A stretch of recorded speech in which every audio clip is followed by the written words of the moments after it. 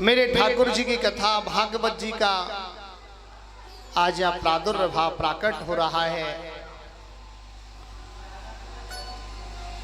कहते हैं जीव के ऊपर जब परमात्मा की कृपा होती है तभी जीव को भागवत कथा सुनने का सौभाग्य प्राप्त होता है। एक जन्म के नहीं, हमारे 7-7 जन्मों के जब भाग्योदय होते हैं तभी भागवत सुनने का सौभाग्य प्राप्त होता है। एक जन्म के नहीं, 7-7 जन्मों के जब व्यक्ति के भाग्योदय होते हैं तो भगवान की कथा सुनने का सौभाग्य प्राप्त होता है। भाग्योदय न बहुजन्म समर्जित ना, एक जन्म के नहीं 7 जन्मों के जीव के जब पाप क्षीण हो करते हैं तब भगवान की कथा सुनने का सौभाग्य प्राप्त होता है। आज इतनी सुंदर, इतनी बड़ी कृपा ठाकुर जी की आप लोगों के ऊपर। कहते हैं कि भगवत तत्व सबसे पहली भक्ति है। प्रथम भगत संतन कर संगा, प्रथम भगत संतन कर संगा, दूसरी रति मम कथा प्रसंगा। तो पहली भक्ति है संतों का संग करना, वो भी आप कर रहे हैं। दूसरा है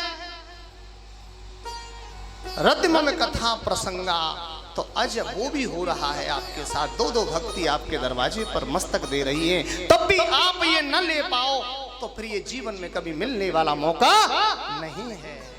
क्योंकि परमात्मा जीव के ऊपर कृपा एक बार करता है, केवल एक बार कृपा करता है, और उस कृपा को जिस व्यक्ति ने चूक गया तो मैं सत्य कहता हूं दोबारा ये मौका मिलने वाला कभी जीवन में नहीं है। क्योंकि बड़े भाग्य मानुष तन पावा, बड़े भाग्य से तो हमें मनुष्य का शरीर मिला, जन्म मिला। संत बड़े भाग्य मानुष तन पावा, भगवान भी इस शरीर को लेने के लिए तरसे महाराज। इस शरीर को लेने के लिए भगवान भी तरसे, और ये शरीर आपको मनुष्य का मिला। इतनी बड़ी कृपा, और उस कृपा में दूसरी कृपा के भगवत तत्व की कृपा। हरि कल्प वृक्ष भागवत क्या है? भागवत कोई पोती नहीं है, भागवत कोई वेद नहीं है, भागवत कोई शास्त्र नहीं है। भागवत स्वयं ठाकुर जी का प्राकृतिक स्वरूप है। भागवत एक भगवान का स्वयं वांग में रूप है। वांग में रूप क्या होता है? जिस समय भगवान अपने यदुवंशियों का कल्याण करके, विनाश करके अपने कुल का जब अंतर ध्यान हुए मेरे ठाकुर जी, तो भगवान के शरीर में से 3 धाराएं निकली। ठाकुर जी के शरीर में से एक धारा अपने मंदिरों में जाकर के समाहित होती है, दूसरी धारा भगवान की संतों के हृदय में जाकर के समाहित होती है, और तीसरी धारा से साक्षात ये श्रीमद् भागवत कथा का प्रादुर्भाव हुआ। साक्षात श्रीमद् भागवत कथा का प्रादुर्भाव हुआ। श्रीमद् भागवत कथा का प्रादुर्भाव क्यों हुआ? एक समय की बात है कि देव ऋषि नारद जी बीड़ा बजाते, हर गुण गाते हुए और चारों तरफ भ्रमण कर रहे थे। देव ऋषि नारद जी बीड़ा बजाते, हर गुण गाते हुए चारों तरफ भ्रमण कर रहे थे, और इस भ्रमण में देव ऋषि नारद जी ने क्या देखा कि कोई तन दुखी, कोई मन दुखी, कोई तन दुखी, कोई मन दुखी, कोई धन बिन रहे तो उदास। कोई तन दुखी, कोई मन दुखी, कोई धन बिन रहे तो उदास, और थोड़े थोड़े सब दुखी और सुखी राम के दास। इस संसार में माय डियर ऐसा व्यक्ति कोई नहीं है वो ये कह सके कि मैं सुखी हूं। कोई नहीं कह सकता। क्यों?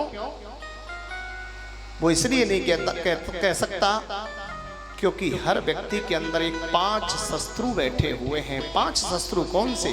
काम, क्रोध, लोभ, मोह, अहंकार।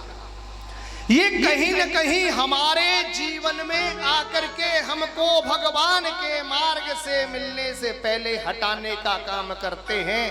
क्यों? कि भगवान ने स्वयं कहा है गीता में कि जो मेरे पास आने का काम करेगा पहले मैं इन 5 से उसको हटाने का काम करूंगा। प्रेम से बोलो। भगवान की कृपा आप सोच रहे हो कि भगवान की कृपा नहीं हम पर, ये भगवान की बहुत बड़ी कृपा है। आप भागवत में बैठे हो महाराज, मैं सत्य कह रहा हूं, मजाल क्या उसकी जो परमात्मा का नाम ले, ताकत क्या उसकी जो परमात्मा का नाम ले, और पाप थप्पड़ तो मुंह फेर ले।